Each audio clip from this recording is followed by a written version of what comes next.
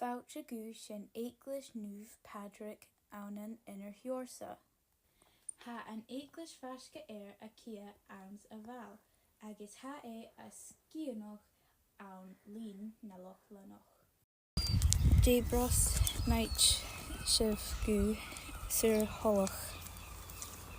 Well, with me, I was very interested in the church, looking at it, but like everybody else in Thurso, for about 40 years I just drove past it. Then at a big meeting in the town, they were worried about the church not being open, and they wanted it to be open. And they said that one of the things that would make it more interesting for visitors if people tidied up the graveyard and weeded. And I thought, I can do that, and I can go weeding. And since then it's got a bigger and bigger job, because I've got interested in both the church, preserving the church, and the weeding. But that was almost accidental for me. That's what I said to her earlier on. And again, with me, it was the interest of history and archaeology and people's lives and the tidying up of the church.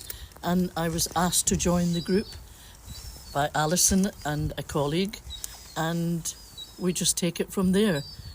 And every day is different, something to find every day, like the Church of Secrets, as someone has called it. And it's most enjoyable listening to a colleague telling the history to other visitors, and I can learn something and then pass that on.